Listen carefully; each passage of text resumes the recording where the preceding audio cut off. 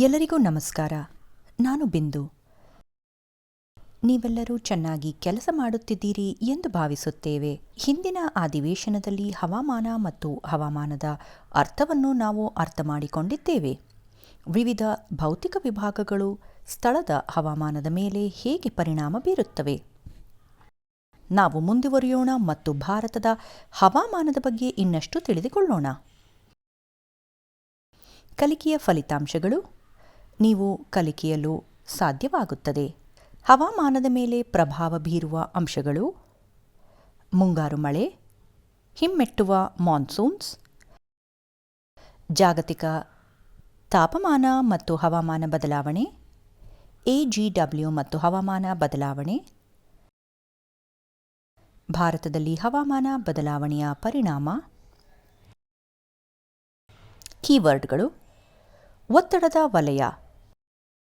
ಒತ್ತಡದ ವಲಯವು ಗ್ರಹದ ಮೇಲ್ಮೈಯಲ್ಲಿನ ವಾತಾವರಣದ ಒತ್ತಡವು ಅದರ ಸುತ್ತಮುತ್ತಲಿನ ಪರಿಸರಕ್ಕಿಂತ ಹೆಚ್ಚಿರುವ ಪ್ರದೇಶವಾಗಿದೆ.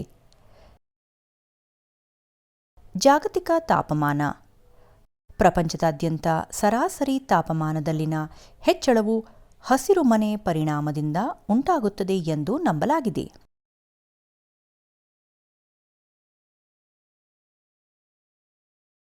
ಹಿಮ್ಮೆಟ್ಟುವ ಮಾನ್ಸೂನ್ಸ್. ಅಕ್ಟೋಬರ್ ಮತ್ತು ನವೆಂಬರ್ ತಿಂಗಳು ಹಿಮ್ಮೆಟ್ಟುವ ಮಾನ್ಸೂನ್ಸ್ಗಳಿಗೆ ಹೆಸರುವಾಸಿಯಾಗಿದೆ. ಗುರುತ್ವಾಕರ್ಷಣೆಯ ಎಳೆತ. ಗುರುತ್ವಾಕರ್ಷಣೆಯಿಂದ ಉಂಟಾಗುವ ಆಕರ್ಷಣೆ.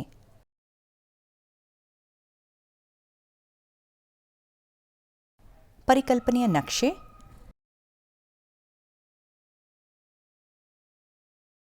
ಮುಂಗಾರು ಮಳೆ. ಭಾರತದ ಹವಾಮಾನವು ಮಾನ್ಸೂನ್ಸ್ ಮಾರುತಗಳಿಂದ ಬಲವಾಗಿ ಪ್ರಭಾವಿತವಾಗಿರುತ್ತದೆ. ಹಳೆಯ ದಿನಗಳಲ್ಲಿ ಭಾರತಕ್ಕೆ ಬಂದ ನಾವಿಕರು ನಿಯಮಿತ ಆವರ್ತಕ ಮಾರ್ಗಗಳ ಬದಲಾವಣೆಯನ್ನು ಗಮನಿಸಿದರು. ಅವರು ಈ ಗಾಳಿಯನ್ನು ಭಾರತೀಯ ಕರಾವಳಿಯ ಕಡೆಗೆ ನೌಕಾಯಾನ ಮಾಡಲು ಬಳಸಿದರು. ಅರಬ್ ವ್ಯಾಪಾರಿಗಳು ಗಾಳಿ ವ್ಯವಸ್ಥೆಯ ಈ ಕಾಲೋಚಿತ ಹಿಮ್ಮುಖವನ್ನು ಮಾನ್ಸೂನ್ಸ್ ಎಂದು ಹೆಸರಿಸಿದ್ದಾರೆ. ಮಾನ್ಸೂನ್ ಉಷ್ಣವಲಯದ ಪ್ರದೇಶದಲ್ಲಿ ಸುಮಾರು 20°N ಮತ್ತು 20°S ಅಕ್ಷಾಂಶಗಳ ನಡುವೆ ರೂಪುಗೊಳ್ಳುತ್ತದೆ.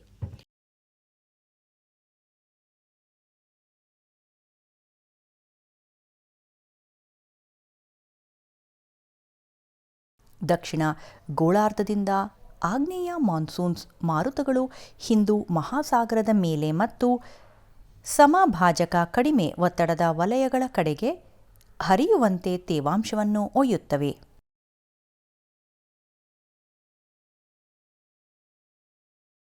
ಸಮಭಾಜಕವು ದಾಟಿದ ನಂತರ ಈ ಮಾರುತಗಳು ಭಾರತೀಯ ಉಪಖಂಡದಲ್ಲಿ ರೂಪುಗೊಂಡು ಕಡಿಮೆ ಒತ್ತಡ ಕಡೆಗೆ ತಿರುಗುತ್ತವೆ. ಭೂಮಿಯ ತಾಪಮಾನವು ಭಾರತೀಯ ಉಪಖಂಡದ ಭೂಪ್ರದೇಶ ಮೇಲೆ ಕಡಿಮೆ ಒತ್ತಡವನ್ನು ಉಂಟುಮಾಡುತ್ತದೆ, ವಿಶೇಷವಾಗಿ ಮಧ್ಯ ಭಾರತ ಮತ್ತು ಗಂಗಾ ಬಯಲಿನ ಮೇಲೆ.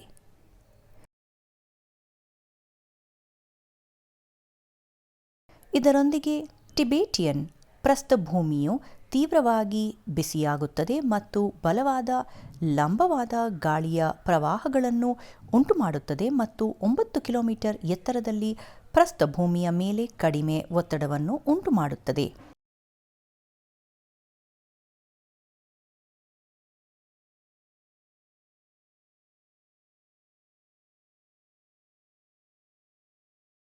ನಂತರ ಅವು ನೈಋತ್ಯ ಮಾನ್ಸೂನ್ಸ್ ಆಗಿ ಹರಿಯುತ್ತವೆ. ಭಾರತೀಯ ಪರ್ಯಾಯ ದ್ವೀಪವು ಅವುಗಳನ್ನು 2 ಶಾಖೆಗಳಾಗಿ ವಿಂಗಡಿಸುತ್ತದೆ: ಅರೇಬಿಯನ್ ಸಮುದ್ರ ಶಾಖೆ ಮತ್ತು ಬಂಗಾಳ ಕೊಲ್ಲಿ ಶಾಖೆ.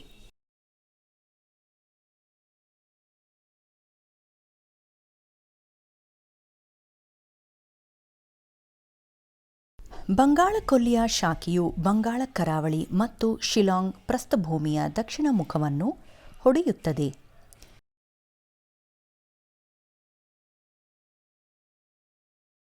ನಂತರ ಅದು ವಿಚಲಿತಗೊಳ್ಳುತ್ತದೆ ಮತ್ತು ಗಂಗಾ ಕಣಿವೆಯ ಉದ್ದಕ್ಕೂ ಪಶ್ಚಿಮಕ್ಕೆ ಹರಿಯುತ್ತದೆ.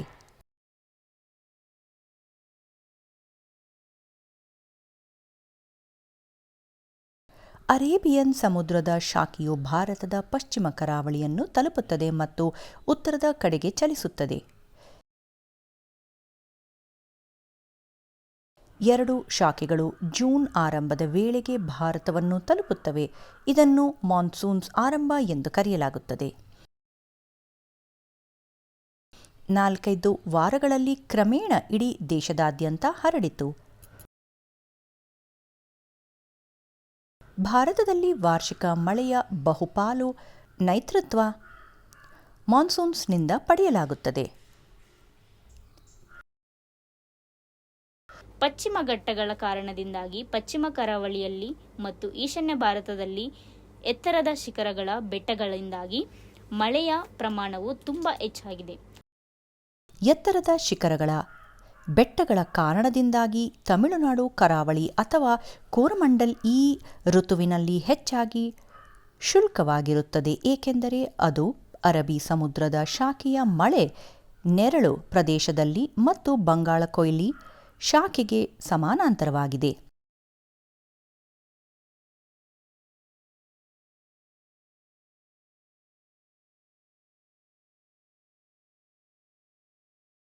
ಹೆಮ್ಮೆಟ್ಟುವ ಮಾನ್ಸೂನ್ಸ್ ಅಕ್ಟೋಬರ್-ನವೆಂಬರ್ ಬಿಸಿ ಆರ್ದ್ರ ಪರಿಸ್ಥಿತಿಗಳಿಂದ ಶುಷ್ಕ ಚಳಿಗಾಲದ ಪರಿಸ್ಥಿತಿಗಳಿಗೆ ಪರಿವರ್ತನೆ ಅವಧಿಯಾಗಿದೆ. ಮಾನ್ಸೂನ್ಗಳ ಹಿಮ್ಮೆಟ್ಟುವಿಕೆಯು ಸ್ಪಷ್ಟವಾದ ಆಕಾಶ ಮತ್ತು ಉಷ್ಣತೆಯ ಏರಿಕೆಯಿಂದ ಗುರುತಿಸಲ್ಪಟ್ಟಿದೆ.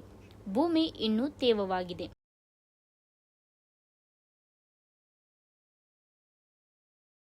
ಹೆಚ್ಚಿನ ತಾಪಮಾನ ಮತ್ತು ತೇವಾಂಶದ ಪರಿಸ್ಥಿತಿಗಳಿಂದಾಗಿ ಹವಾಮಾನವು ದಬ್ಬಾಳಿಕೆಯಾಗಿರುತ್ತದೆ.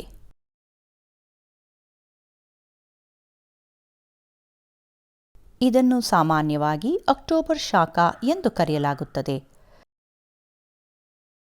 ಒಂದು ಕಾಲದಲ್ಲಿ ವಾಯುವ್ಯ ಭಾರತದ ಮೇಲೆ ಚಾಲ್ತಿಯಲ್ಲಿದ್ದ ಕಡಿಮೆ ಒತ್ತಡದ ಪರಿಸ್ಥಿತಿಗಳು ನವೆಂಬರ್ ಆರಂಭದಲ್ಲಿ ಬಂಗಾಳ ಕೊಯ್ಲಿಯ ಮಧ್ಯಭಾಗಕ್ಕೆ ದಕ್ಷಿಣಕ್ಕೆ ಚಲಿಸುತ್ತವೆ.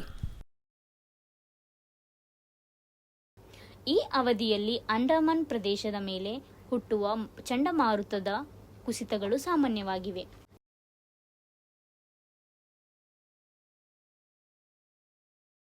ಈ ಉಷ್ಣ ವಲಯದ ಚಂಡಮಾರುತಗಳು ಸಾಮಾನ್ಯವಾಗಿ ಬಹಳ ವಿನಾಶಕಾರಿ. ಗೋದಾವರಿ, ಕೃಷ್ಣಾ ಮತ್ತು ಕಾವೇರಿಯ ದಟ್ಟವಾದ ಜನಸಂಖ್ಯೆಯ ಡೆಲ್ಟಾಗಳು ಅವರ ಗುರಿಗಳಾಗಿವೆ.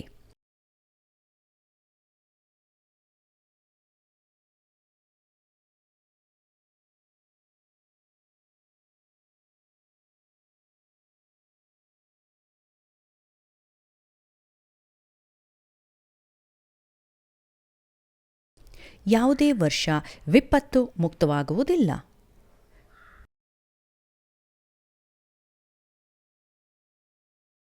ಸಾಂದರ್ಭಿಕವಾಗಿ ಈ ಉಷ್ಣವಲಯದ ಚಂಡಮಾರುತಗಳು ಸುಂದರ್ಬನ್ಸ್ ಮತ್ತು ಬಾಂಗ್ಲಾದೇಶಕ್ಕೂ ಭೇಟಿ ನೀಡುತ್ತದೆ.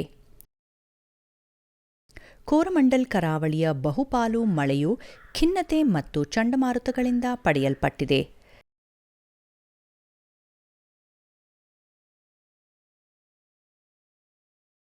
ಜಾಗತಿಕ ತಾಪಮಾನ ಮತ್ತು ಹವಾಮಾನ ಬದಲಾವಣೆ. ಭೂಮಿಯು ತನ್ನ ಆಕಾರವನ್ನು ಫೈರ್ಬಾಲ್ನಿಂದ ಗ್ರಾಹಕ್ಕೆ ತೆಗೆದುಕೊಳ್ಳಲು ಪ್ರಾರಂಭಿಸಿದಾಗ ಅನೇಕ ಅನಿಲಗಳು ಬಿಡುಗಡೆಯಾಗುತ್ತದೆ. ಭೂಮಿಯ ಗುರುತ್ವಾಕರ್ಷಣೆಯ ಕಾರಣದಿಂದಾಗಿ ಈ ಅನಿಲಗಳು ಬಾಹ್ಯಾಕಾಶಕ್ಕೆ ತಪ್ಪಿಸಿಕೊಳ್ಳಲಿಲ್ಲ ಮತ್ತು ಅದು ಇನ್ನೂ ಅವುಗಳನ್ನು ಹಿಡಿದಿಟ್ಟುಕೊಳ್ಳುತ್ತದೆ.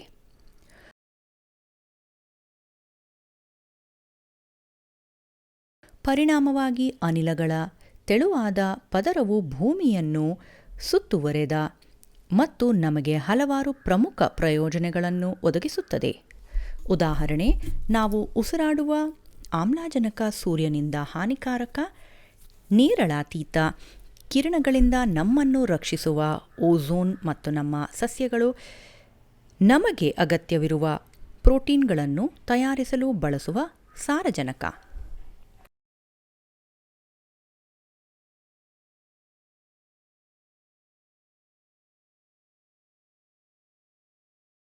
ಅನಿಲಗಳ ಈ ಪದರವು ಶುದ್ಧ ನೀರನ್ನು ಪರಿಚಲನೆ ಮಾಡುವ ಮಾಧ್ಯಮವಾಗಿದೆ ಮತ್ತು ಅದು ನಮ್ಮನ್ನು ಬೆಚ್ಚಗಾಗಿಸುತ್ತದೆ.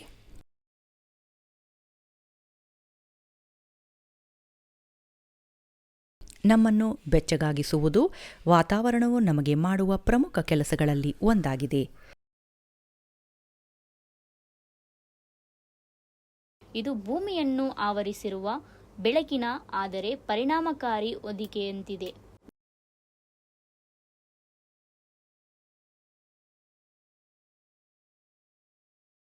ವಾತಾವರಣವು ಬಹಳಷ್ಟು ಸೌರಶಕ್ತಿಯನ್ನು ಹಿಡಿದಿಟ್ಟುಕೊಳ್ಳುತ್ತದೆ. ಅದು ಸಂಪೂರ್ಣವಾಗಿ ಬಾಹ್ಯಾಕಾಶಕ್ಕೆ ಹಿಂತಿರುಗುವುದನ್ನು ತಡೆಯುವ ಮೂಲಕ ಭೂಮಿಯನ್ನು ತಲುಪುತ್ತದೆ. ಇದನ್ನು ಗ್ರೀನ್ ಹೌಸ್ ಎಫೆಕ್ಟ್ ಎಂದು ಕರೆಯಲಾಗುತ್ತದೆ.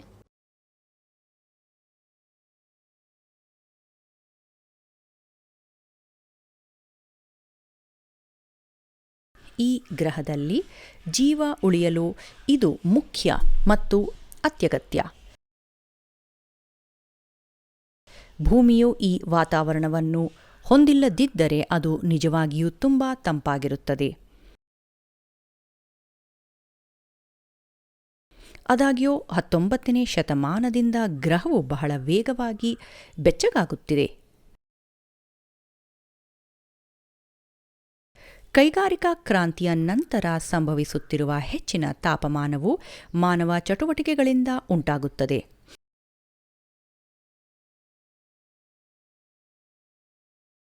ಪ್ರಸ್ತುತ ಜಾಗತಿಕ ತಾಪಮಾನ ಏರಿಕೆ ಪ್ರವೃತ್ತಿಯನ್ನು AGW ಎಂದು ಕರೆಯಲಾಗುತ್ತದೆ.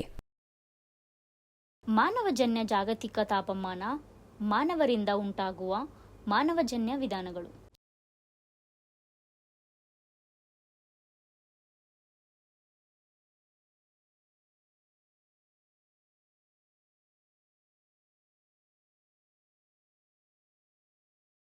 ತೀರಾ ಇತ್ತೀಚೆಗೆ ವಿಜ್ಞಾನಿಗಳು ದೂರದ ಉತ್ತರ ಆಕಾಂಕ್ಷೆಗಳ ಹೆಪ್ಪುಗಟ್ಟಿದ ಟಂಡ್ರಾಗಳ ಅಡಿಯಲ್ಲಿ ದೊಡ್ಡ ಪ್ರಮಾಣದ ಮಿಥೇನ್ ಅನ್ನು ಕಂಡುಹಿಡಿಯುತ್ತಿದ್ದಾರೆ. ಮುಖ್ಯವಾಗಿ ಉತ್ತರ ರಷ್ಯಾದ ವಿಶಾಲವಾದ ವಿಸ್ತಾರಗಳಲ್ಲಿ. ಜಾಗತಿಕ ತಾಪಮಾನ ಹೆಚ್ಚಾದಂತೆ ಟಂಡ್ರಾದಲ್ಲಿನ ಮಂಜುಗಡ್ಡೆ ಹೆಚ್ಚು ಕರಗುತ್ತದೆ.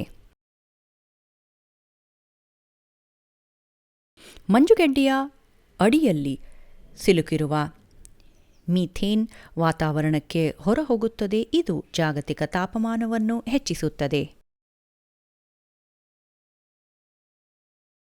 ಪ್ರತಿಯಾಗಿ ಇದು ಇನ್ನೂ ಹೆಚ್ಚಿನ ಮಂಜುಗಡ್ಡೆಯನ್ನು ಕರಗಿಸಲು ಕಾರಣವಾಗುತ್ತದೆ, ಇನ್ನೂ ಹೆಚ್ಚಿನ ಮೀಥೇನ್ ಅನ್ನು ಬಿಡುಗಡೆ ಮಾಡುತ್ತದೆ.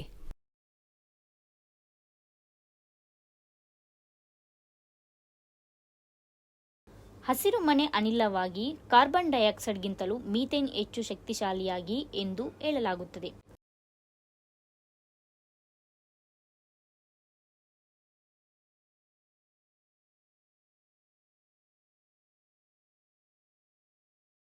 AGW ಮತ್ತು ಹವಾಮಾನ ಬದಲಾವಣೆ. AGW ಭೂಮಿಯ ವ್ಯವಸ್ಥೆಯಲ್ಲಿ ಶಾಖದ ವಿತರಣೆಯಲ್ಲಿ ಅನೇಕ ಬದಲಾವಣೆಗಳನ್ನು ಉಂಟುಮಾಡುತ್ತದೆ. ವಾತಾವರಣ ಮತ್ತು ಸಾಗರ ಪರಿಚಲನೆಗಳು ಜಗತ್ತಿನಲ್ಲಿ ಶಾಖವನ್ನು ಮರು ಹಂಚಿಕೆ ಮಾಡುತ್ತಲೇ ಇರುತ್ತವೆ. AGW ಇದನ್ನು ಮತ್ತು ಮರು ವಿತರಣಾ ವ್ಯವಸ್ಥೆಯನ್ನು ತೊಂದರೆಗೊಳಿಸುತ್ತದೆ. ಪುನರ್ವಿತರಣಾ ವ್ಯವಸ್ಥೆಯು ಅಡ್ಡಿಪಡಿಸಿದಾಗ ಹವಾಮಾನ ಮತ್ತು ಹವಾಮಾನದ ಮಾದರಿಗಳು ಬದಲಾಗುತ್ತವೆ. ದೀರ್ಘಕಾಲೀನ ಬದಲಾವಣೆಗಳು, ಹವಾಮಾನ ಬದಲಾವಣೆಗಳು, ಅಲ್ಪಾವಧಿ ಬದಲಾವಣೆಗಳು, ಹವಾಮಾನ ಬದಲಾವಣೆಗಳು ಸಂಗ್ರಹಣೆಯಿಂದ ಸಂಭವಿಸುತ್ತವೆ.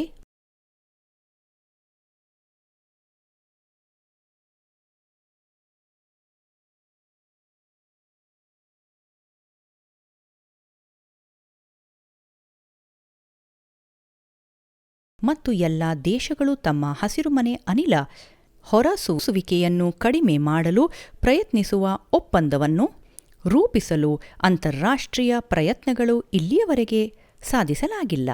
ಈ ಸಮಸ್ಯೆಯನ್ನು ಪರಿಹರಿಸಲು inter governmental panel on climate change IPCC ಎಂಬ ಅಂತಾರಾಷ್ಟ್ರೀಯ ಸಂಸ್ಥೆಯನ್ನು ರಚಿಸಲಾಯಿತು. ಎಜಿಡಬ್ಲ್ಯೂ ಅನ್ನು ಕಡಿಮೆ ಮಾಡಲು ಮತ್ತು ಹವಾಮಾನ ಬದಲಾವಣೆಯ ಪ್ರಕ್ರಿಯೆಯನ್ನು ನಿಧಾನಗೊಳಿಸಲು ಪ್ರಯತ್ನಿಸಲು ಪ್ರಪಂಚದ ರಾಷ್ಟ್ರಗಳ ನಡುವೆ ಒಪ್ಪಂದವನ್ನು ರೂಪಿಸಲು ಇದು ಅನೇಕ ಸಮ್ಮೇಳನಗಳನ್ನು ನಡೆಸಿದೆ. ಇವುಗಳಲ್ಲಿ ಯಾವುದೂ ಯಶಸ್ವಿಯಾಗಲಿಲ್ಲ.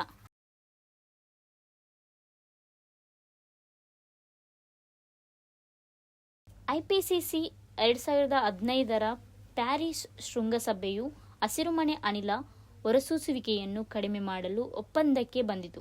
ಇದು ಜಾಗತಿಕ ಸರಾಸರಿ ತಾಪಮಾನದಲ್ಲಿನ ಏರಿಕೆಯನ್ನು ಕೈಗಾರಿಕೀಕರಣದ ಪೂರ್ವದ ಮಟ್ಟಕ್ಕಿಂತ 20 ಡಿಗ್ರಿ ಸೆಲ್ಸಿಯಸ್ಗಿಂತ ಕಡಿಮೆಗೆ ಮಿತಿಗೊಳಿಸಿತು. ಈ ಒಪ್ಪಂದಕ್ಕೆ ಒಟ್ಟು 195 ದೇಶಗಳು ಸಹಿ ಹಾಕಿದವು.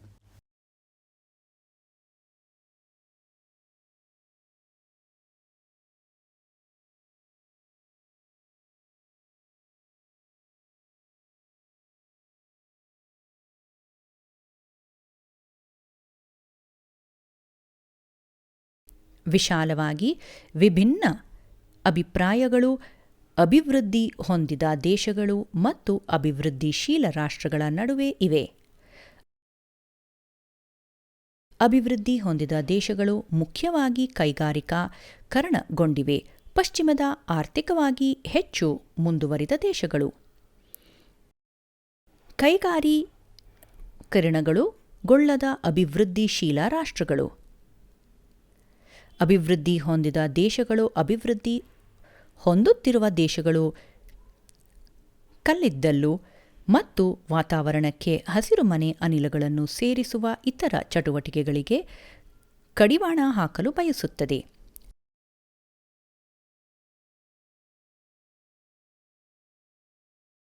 ಪ್ರಪಂಚದಾದ್ಯಂತ ಹೆಚ್ಚಿನ ವಿಜ್ಞಾನಿಗಳು ಇದನ್ನು ಒಪ್ಪುತ್ತಾರೆ. ಎಜಿಡಬ್ಲ್ಯೂ ನಿಜವಾಗಿ ಇದೆ, ಇದು ನಡೆಯುತ್ತಿದೆ ಮತ್ತು ಇದು ತ್ವರಿತ ಮತ್ತು ತೀವ್ರವಾದ ಹವಾಮಾನ ಬದಲಾವಣೆಗೆ ಕಾರಣವಾಗುತ್ತದೆ.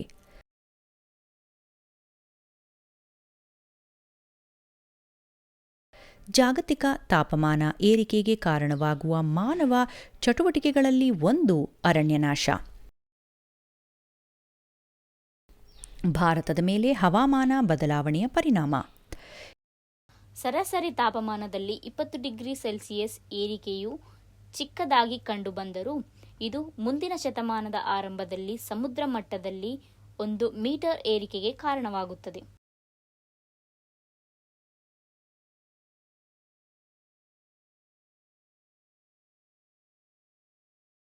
ಇದು ನಮ್ಮ ಕರಾವಳಿ ಪ್ರದೇಶಗಳ ಹೆಚ್ಚಿನ ಭಾಗಗಳ ಮೇಲೆ ಪರಿಣಾಮ ಬೀರುತ್ತದೆ ಮತ್ತು ಲಕ್ಷಾಂತರ ಜನರನ್ನು ಸ್ಥಳಾಂತರಿಸಬೇಕಾಗುತ್ತದೆ.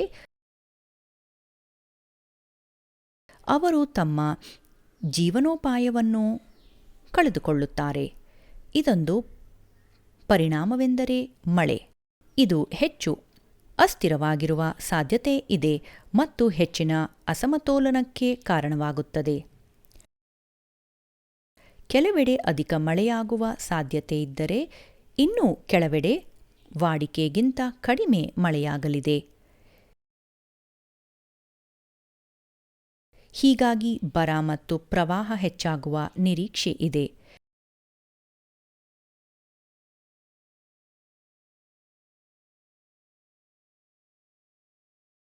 ಇದು ಕೃಷಿ ಮಾದರಿ ಮತ್ತು ಜನರ ಜೀವನೋಪಾಯ ಮೇಲೆ ಹೆಚ್ಚಿನ ಪರಿಣಾಮವನ್ನು ಬೀರುತ್ತದೆ. ಹಿಮಾಲಯದ ಹಿಮನದಿಗಳು ವೇಗವಾಗಿ ಕರಗುವುದರಿಂದ ಸಿಹಿ ನೀರು ಜೀವನೋಪಾಯಕ್ಕೆ ತೊಂದರೆಯಾಗುತ್ತದೆ. ಏಕೆಂದರೆ ಮೀನುಗಳ ನೈಸರ್ಗಿಕ ಆವಾಸಸ್ಥಾನವು ಪರಿಣಾಮ ಬೀರುತ್ತದೆ. ಹವಾಮಾನ ಬದಲಾವಣೆಯು ಜಾಗತಿಕ ಮಟ್ಟದಲ್ಲಿ ಸಂಭವಿಸುವ ಸಂಗತಿಯಾಗಿದೆ.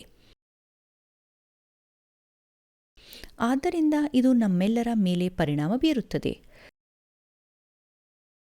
ಆದ್ದರಿಂದ ಈ ವಿಡಿಯೋದಲ್ಲಿ ನೀವು ಇದರ ಬಗ್ಗೆ ಕಲಿತಿದ್ದೀರಿ. ಹವಾಮಾನದ ಮೇಲೆ ಪ್ರಭಾವ ಬೀರುವ ಅಂಶಗಳು: ಮುಂಗಾರು ಮಳೆ, ಹಿಮ್ಮೆಟ್ಟುವ ಮಾನ್ಸೂನ್ಸ್, ಜಾಗತಿಕ ತಾಪಮಾನ ಮತ್ತು ಹವಾಮಾನ ಬದಲಾವಣೆ, AGW ಮತ್ತು ಹವಾಮಾನ ಬದಲಾವಣೆ. ಭಾರತದ ಮೇಲೆ ಹವಾಮಾನ ಬದಲಾವಣೆಯ ಪರಿಣಾಮ.